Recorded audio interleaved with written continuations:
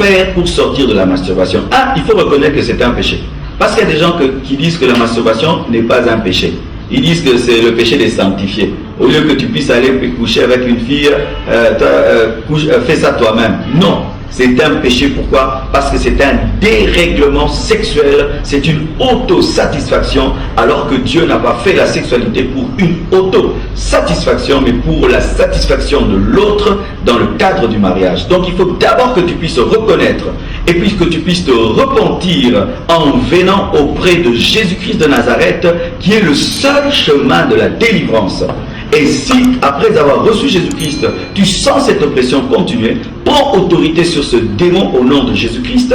Et si ça perdure, cherche des enfants de Dieu, des serviteurs de Dieu qui vivent dans la sainteté pour qu'ils prient pour toi. Tu dois éviter aussi les pensées impures, car les pensées amènent à la masturbation. Tu dois éviter les films pornographiques qui amènent à la masturbation. Tu dois éviter les musiques remplies d'insanité qui poussent à la masturbation. Tu dois éviter les milieux des gens qui encouragent, qui tolèrent et qui comprennent la masturbation. Tu dois éviter les livres érotiques qui poussent à la masturbation. Tu dois éviter les photos, les livres pornographiques qui poussent à la masturbation. Et tu dois aussi éviter de te mettre dans une situation de convoitise, comme on voit des hommes, une femme passe, il doit la regarder deux fois, des filles qui regardent les hommes bizarrement. Il faut éviter la convoitise, parce que c'est souvent comment? Tu regardes une femme, tu ne peux pas la voir, tu gardes son image dans ta tête, et quand tu rentres à la maison, tu te masturbes en pensant à elle. Tu as commis l'impudicité, tu as commis l'adultère par ce fait. Tu dois sortir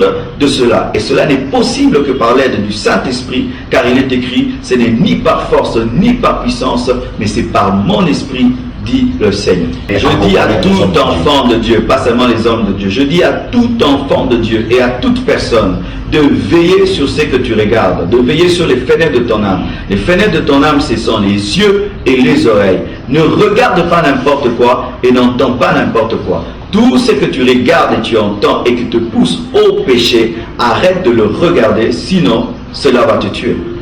Et Dieu peut faire des miracles, parce que lorsque j'ai fait l'émission, il y a beaucoup de gens qui nous ont appelés, même par texto, on leur écrivait que Dieu te délivre de la masturbation, et ils étaient délivrés. Il y a d'autres, ils suivaient seulement l'émission, il a senti une force sortir de lui. Et je crois que pendant que je parle là, il y a une puissance de sainteté, une puissance de l'esprit qui est en train de sortir au travers de cet écran, afin de te toucher, de te libérer de cet esprit de masturbation. Car beaucoup, vraiment, ce n'est plus seulement une masturbation au niveau de la chair, c'est devenu un démon. Surtout qu'aujourd'hui, les films encouragent cela. Il y a des écrits qui encouragent cela. Il y a des philosophies qui encouragent cela. Il y a des professeurs d'université qui encouragent cela. Il y a des scientifiques qui disent c'est vider le plein, qui encouragent cela. Et il y a la jeunesse et vraiment le monde surtout occidental qui est dedans. C'est pourquoi, bien-aimé, je prie que Dieu, par sa puissance, au travers de ce message, puisse te libérer afin que toi aussi,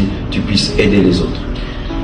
Le mari de nuit peut venir dans ta vie par la masturbation, parce que lorsque tu te masturbes, tu fais l'amour. Mais maintenant, avec qui? Tu fais ça toi-même. Mais un démon peut dire, ah viens, je vais t'accompagner. Comme tu le fais tout seul, hein? Alors je viens t'accompagner. Tu es en train d'inviter un démon dans ta vie qui risque de détruire ton foyer présent ou ton foyer futur. Parce que le mari de nuit et la femme de nuit, lorsqu'ils entrent dans un foyer, ils viennent séparer. Ils sont jaloux. Ils sont jaloux. Alors il sera jaloux de ton mari, jaloux de ta femme, parce que vous vous unissez déjà sexuellement pendant que tu te masturbes. Aujourd'hui, les hommes modernes sont sérieusement dans la masturbation, et je le dis sans avoir froid aux yeux. Beaucoup de gens, même qui vont nous suivre là, sont dedans. Et n'aie pas honte de te repentir, de reconnaître cela et d'abandonner, de peur que cela détruise et anéantisse ta vie. Le baume que j'apporte, c'est d'abord cette lumière. Que les gens qui sont dans la masturbation comprennent que c'est un péché, que ce n'est pas seulement une mauvaise habitude, c'est un péché. 2. Que ces personnes se tournent vers Jésus-Christ afin de réclamer leur délivrance.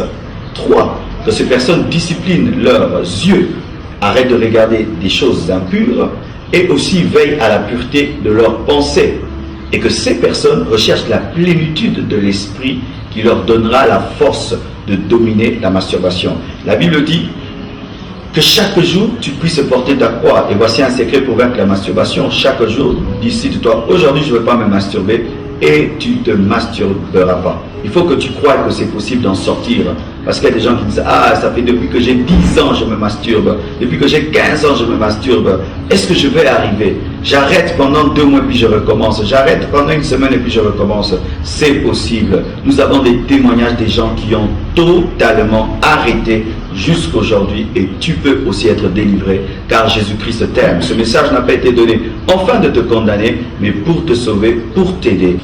Prenez ce message très au sérieux, car derrière la masturbation se cachent des démons et se cache la mort.